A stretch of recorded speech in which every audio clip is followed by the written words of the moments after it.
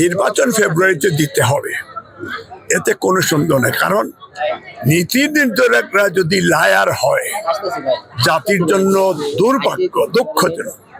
Specially বাংলাদেশের any issue, বাংলাদেশের সত্যিকার অর্থে ইতিহাস বিকৃত হচ্ছে। বাংলাদেশের প্রথম প্রেসিডেন্ট, স্বাধীনতার ঘোষক শহীদ রাষ্ট্রপতি জিয়াউর রহমানের আত্মার মাগফিরাত কামনা করছি।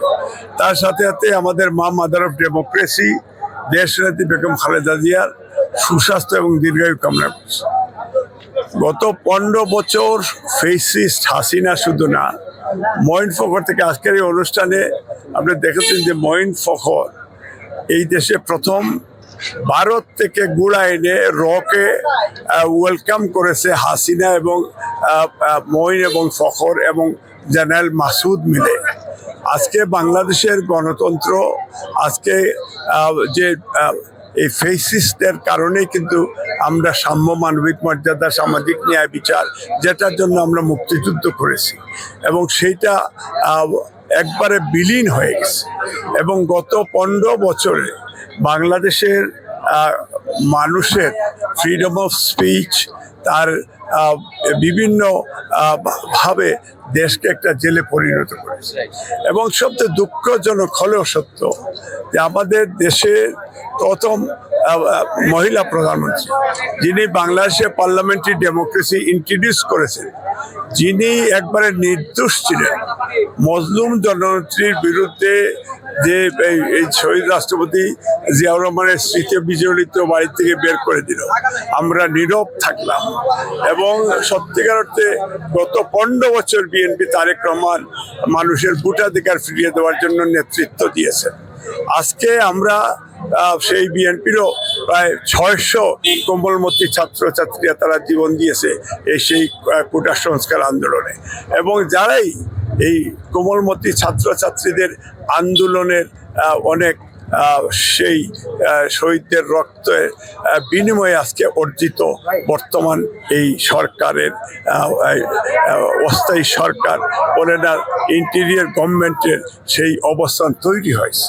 এবং তারেক রহমানের যে 31 দফা কর্মসূচি 2022 সালে উনি ঘোষণা করেছেন, এখন তারা আগামীতে আমরা চাই যে ফেসিস্টরা $162 বিলিয়ন দেশ থেকে পাচার করেছে এবং বাংলাদেশ এখনো ইন্ডিয়ান টেরিটরি মুক্ত নয়। এখনো আমাদের রামপাল চিরাং সমুদ্র বন্দর এবং আমাদের এই যে করিডোর, এইটাও কিন্তু তারা স্টপ করে নাই। এখন পর্যন্ত ফেলানির মতো অনেক লাশ ডেইলি আপনার এই বর্ডারে ক্রস ফায়ারে বিজেপিরা হত্যা করছে। এগুলিরও কিন্তু এখন আমরা প্রতিবাদ দেখছি না। আমরা নিজেদের মধ্যে কাদা চুড়াচুড়ি করছি। আমরা এই শহীদদের রক্তের সাথে বিশ্বাসঘাতকতা করছি। যারা এই দেশ এনে দিয়েছে, আমরা মুক্তিযোদ্ধার দল, আমরা মুক্তিযোদ্ধা, আমি নিজে একজন মুক্তিযোদ্ধা এবং সেই স্বাধীনতা সংগ্রাম থেকে শুরু করে এখন পর্যন্ত দেশের জন্য অনলি দি কান্ট্রি বাংলাদেশিরা যারা জীবন দিয়েছে, ভাষার জন্য দিয়েছে, মুক্তিযুদ্ধের জন্য দিয়েছে এবং তার গণতন্ত্র পুনরুদ্ধারের জন্য দিয়েছে। এবং আজকে যারা একটা এই যে ইন্ডিয়ার সাথে সুর মিলিয়ে, হাসিনার সাথে সুর মিলিয়ে সেই ফেসিস্টদের উত্তরসূরি মনে হচ্ছে যে সকল নতুন মুক্তিযোদ্ধারা তারা নির্বাচন চায় না, তাইলে হাসিনাকে কেন পতন করলেন আপনি? নির্বাচন দেওয়ার জন্যই তো ফেসিস্টরা, আপনি সংস্কারের জন্যই তো। সংস্কার কোনো গণতান্ত্রিক সরকার না হলে সংস্কার হয় না। পার্লামেন্টে কথা বলবে, সিদ্ধান্ত হবে, ডিক্টেটরের মতো বাংলাদেশ চলবে না। পার্লামেন্টারি ডেমোক্রেসি, পার্লামেন্টের পরামর্শে এবং দ্বিকক্ষ বিশিষ্ট পার্লামেন্ট হবে, বিএনপি সরকার আসে এবং বিএনপি যদি সরকার গঠন করে জাতীয় সরকার হবে, তো সবাই মিলেই তো দেশ বিল করবো। এই জন্য আমরা প্রবাসেও সবচেয়ে পৃথিবীর সবচেয়ে বাংলাদেশের পরে সবচেয়ে বৃহত্তর গণ আন্দোলন প্রবাসে হয়েছে। লন্ডনের মতো জায়গাতে হাইপার কর্নার থেকে লক্ষ মানুষ মার্চ করে আমরা এই 10 ডাউনিং স্ট্রিট অবরোধ করে প্রায় 5 ঘন্টা রেখেছি। ব্রিটিশ পার্লামেন্ট অবরোধ করে রেখেছি। আমরা জেনেভা কনভেনশন, ইউরোপিয়ান ইউনিয়নে, জাতিসংঘে আমরা অবরোধ তৈরি করে এবং বাংলাদেশের পক্ষে জনমত আমরা সৃষ্টি করেছি।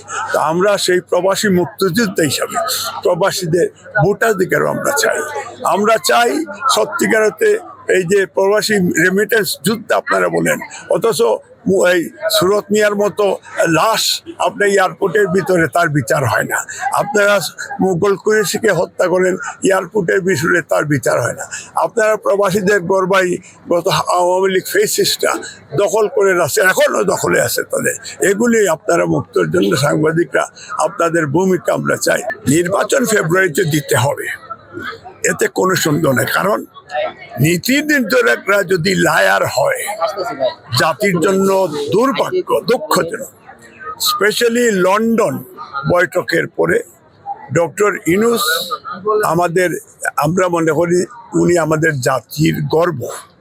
কারণ উনি একটা ইন্টারন্যাশনাল রিকগনাইজড নোবেলিস্ট। আমরা তাকে আমাদের নেত্রীয় পার্লামেন্টেও তাকে প্রথম ওয়েলকাম করেছে, আমাদের নেতা তারেক রহমানও তাকে ওয়েলকাম করেছে, বিএনপি পরিবার ওয়েলকাম করেছে। এবং উনি কথা দিয়েছেন যে ফেব্রুয়ারি মাসে ঘোষণা দিয়েছেন ফেব্রুয়ারি মাসে নির্বাচন হবে। এবং আমাদের নেতা জনাব তারেক রহমান উনি সিদ্ধান্ত নিয়েছেন এই নির্বাচনের নেতৃত্ব দেওয়ার জন্য বাংলাদেশে আসবেন। তো দুই নেতা মানে বিএনপি সর্ববৃহৎ পলিটিক্যাল পার্টির নেতা এগ্রিড করেছে এবং ডক্টর ইউনূস কেউ আমরা সহযোগিতার হাত বাড়িয়ে দিয়েছি। বিএনপি সহযোগিতা করছে, স্টিল নাও বিএনপি সহযোগিতা করছে।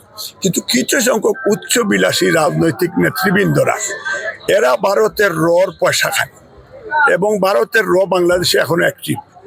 এখনো 80% সরকারি কর্মকর্তা আমলারা এখনো ইন্ডিয়ান এজেন্ট, হাসিনার এজেন্ট রয়েছে। এদেরকে ইলেকশনের আগে এদেরকে যে কোনোভাবে চাকরির থেকে সাসপেন্ড করতে হবে অথবা তাদেরকে ওএসটি করে দিতে হবে। এবং সেইখানে নির্বাচনের জন্য একটা সুন্দর পরিবেশ তৈরি, এই জন্য সেনাবাহিনীকে এগিয়ে অ্যাডভান্স ভূমিকা পালন করতে হবে। সেনাবাহিনীর প্রতি এখনো বাংলাদেশের মানুষের এখনো কনফিডেন্স রয়েছে। এরপরেও যদি না হয় জাতিসংঘের তত্ত্বাবধানে, কারণ সারা জাতিসংঘ they are very much interested their human rights এবং এই যে বাংলাদেশের ফ্রি ফেয়ার ইলেকশনের জন্য। কারণ সারা পৃথিবী এখন একটা গণতান্ত্রিক পৃথিবী এবং পৃথিবীটা একটা স্মল একটা গ্লোবাল ভিলেজ। এইটা এবং দেখেন আপনি ওয়েস্টমিনস্টার স্টাইল অফ ডেমোক্রেসি লন্ডনে তারা, এবং সেখানে মাল্টি কালচারাল সোসাইটি, রিলিজিয়াস সবাই সেইখানে তারা খুব সুন্দরভাবে গণতন্ত্র প্র্যাকটিস করছে। আমেরিকাও দেখেন গণতন্ত্র, অথচ আমাদের যে বাংলাদেশের জাতীয় শত্রু ইন্ডিয়া দেখেন তার দেশে গণতন্ত্র প্র্যাকটিস করে, অথচ ইন্ডিয়া আমার দেশের অটোক্রেটিক গভর্নমেন্ট, তারা আমাদেরকে পাপেট গভর্নমেন্ট হিসাবে তারা দেখতে চায়। সেই জন্য তাদের দাঁত ভাঙ্গা জবাব দেওয়ার জন্য আমাদের বাংলাদেশে একটা ফ্রি ফেয়ার ইলেকশন অত্যন্ত দরকার। এবং এই ফ্রি ফেয়ার ইলেকশন আপনার আপনার ওই যে ফেব্রুয়ারি মাসে এটা হবে ইনশাল্লাহ, কারণ এতে কোনো সন্দেহ নাই। এবং এইটা না হলে বাংলাদেশে হবে কি, যে এই যে একটা অসাধু পলিটিক্যাল পার্টি যেটা বিভিন্নভাবে তারা ঘুরাইয়া বিভিন্নভাবে তারা এনলাফ নেয়, বললেন বিভিন্ন এমবেসি থেকে এনলাফ নেয়, কাঁচা নোটের গন্ধ নেই। এরা কিন্তু ষড়যন্ত্র করছে যাতে বিএনপি ক্ষমতায় না আসে, এবং তারা জানে যে জনগণ ভোটের বাক্স পেলেই বিএনপিকে ভোট দেবে। তো সেই জন্য সে রাজনৈতিক দল এবং হাসিনার একই মন্তব্য, বাংলাদেশে যেন কোনোদিন নির্বাচন না হয়। তো এইটা বাংলাদেশের জনগণ মেনে নেবে না, এবং এটা বাংলাদেশের কোনো লোকও মানছে না। এবং ইনশাল্লাহ আপনি নিশ্চিত থাকেন ফেব্রুয়ারি মাসে নির্বাচন হবে ইনশাল্লাহ।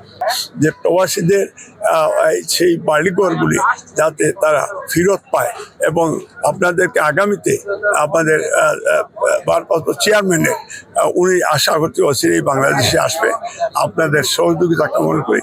এবং আমরা সবাই মিলেই এই নতুন বাংলাদেশ আবার পুনরায় আমরা বিল্ড করার আহ্বান জানিয়ে আপনাদেরকে আবারও কৃতজ্ঞতা জানিয়ে আমি আমার বক্তব্য শেষ করি।